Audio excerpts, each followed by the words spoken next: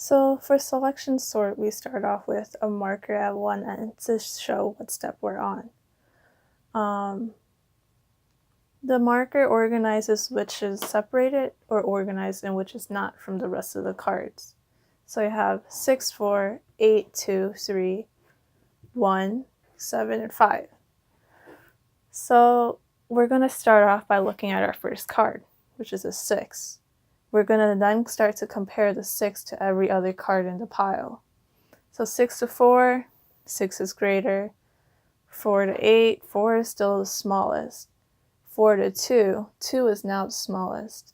2 to 3, 2 is still smaller. 2 to ace, ace is the smallest. Ace to 7, ace is smaller, and ace to 5, ace is smaller. Since we have now found our smallest value, we are going to trade or switch the positions of these two cards.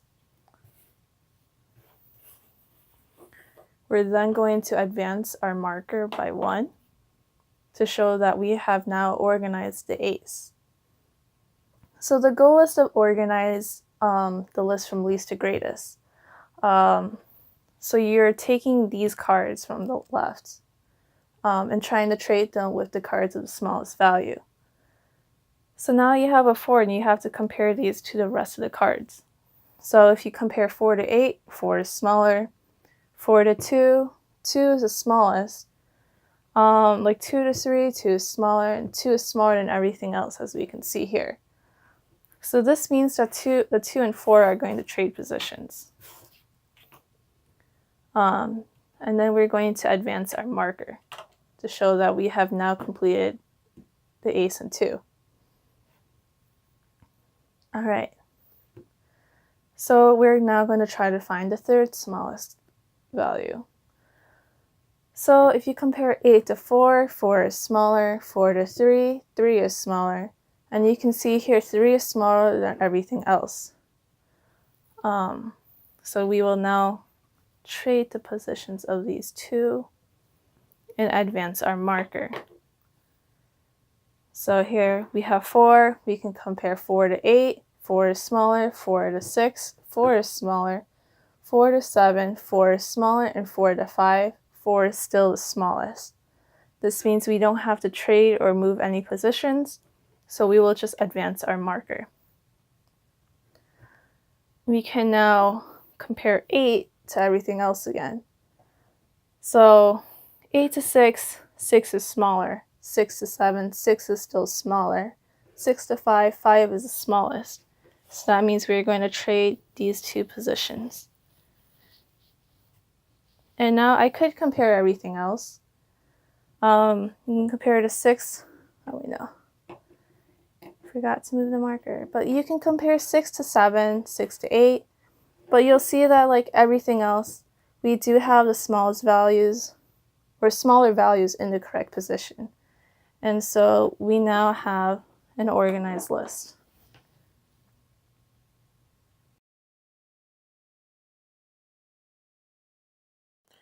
Okay, so for our example for merge sort, let's use this list. So we'll have 5, 12, 23, 14, 2, 4, 8, and 19. Okay, so here we have we have 8 numbers within this list. And with merge, we use this principle called divide and conquer. So this is where we first divide the list and then conquer it bit by bit. So we're going to start off with dividing the list. So since we have 8, we have an even number. So I can technically split this in the middle. So our first list is going to be 5, 12, 23, and 14.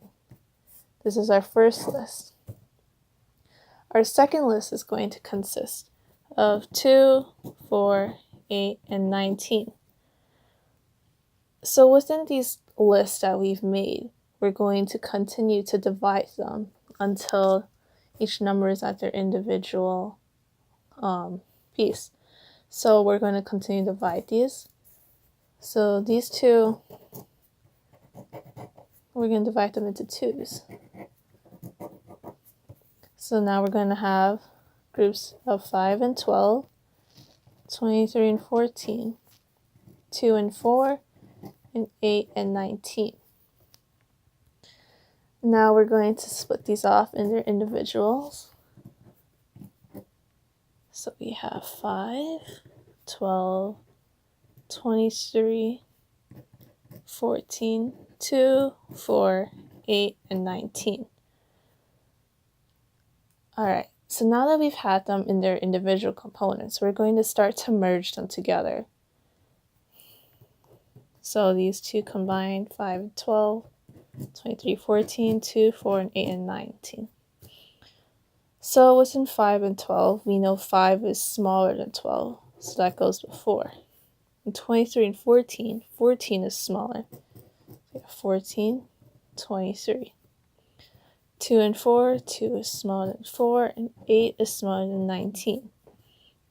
Now that we have our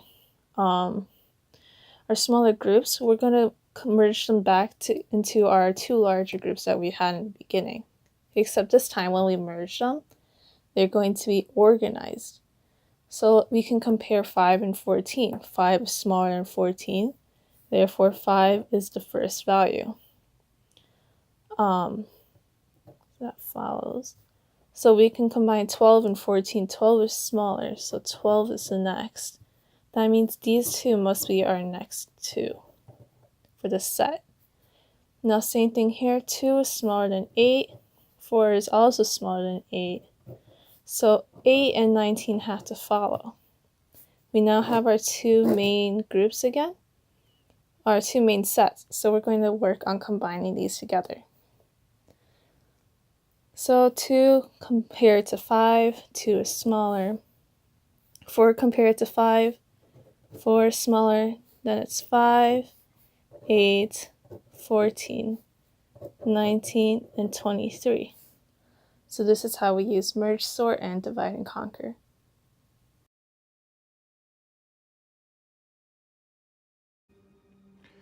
This video is an explanation of a bubble sort. So first we're going to start at the left and we're going to compare these 2 cards. This card is bigger than this card, so they're going to switch places.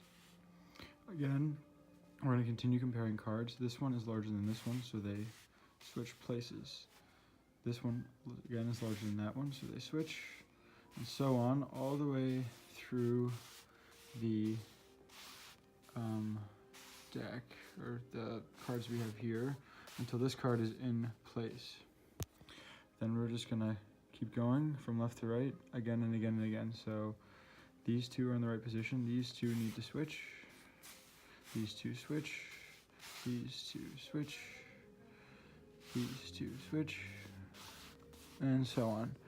And then we're gonna do another pass. These 2 are in the right position, these 2 need to switch, these 2, all of these are right, and then again, these 2 switch, and again through it, and then these 2, and all of the cards are now sorted.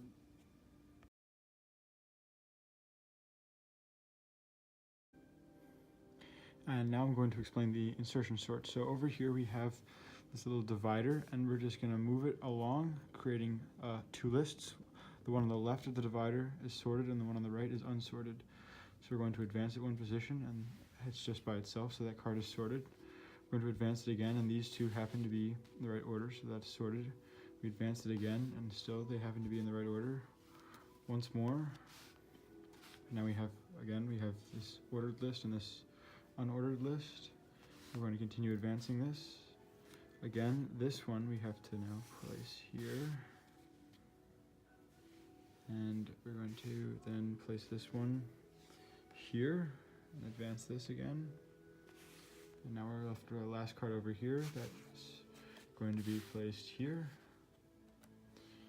And that's a demonstration of the insertion sort. This is a more complex example of the sorting network as you saw on the whiteboard. So you have numbers 1 through 8 randomly shuffled, and then you line them up right here. So then you compare 1 and 2, and you have 1 and 2. Follow the arrow, it goes over here. And then 7 and 3. So then the 3 is less than the 7, so it would go over here. And the 7 would move to this box because it's greater, and you follow the arrow. The 5 and the 8 is greater, so it moves to the last box, and the 5 is less, so it moves to this box. And the 6 and the 4 is less than 6, so it moves to this box, and the 6 goes to this box. Then going back to the first box, 1 and 3, the 1 is less than 3, and the 3 goes to this box. And 5 and 2 goes back to the first box. 5 goes to the third box. 4 and 7, you put 4 in the second box because it's less than 7, and 7 will go to the last box. 8 will move up because it's the greatest of the two, and 6 will move to the other box. Then, being as 8 is the greatest number, you move it to the top, and 1 is the lowest number, you move it to the top. 2 and 7, you see they are the second greatest and largest, so 2 will go least, greatest, and then you just compare 4 and 3 and 6 and 5 to make sure they're in the right order. So 3 will go to the right side, 4 will go to the left side, 5 will go to the right side, and 6 will go to the left side. And then 3 will move to the third least, following 4, 5 after 4, and 6. And this is a more complex example of the sorting network.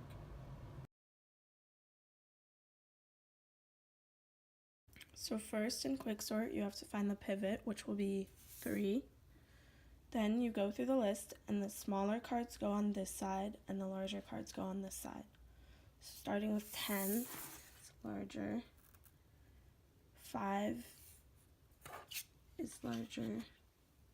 7 is larger. 2 is smaller. 4 is larger than 3.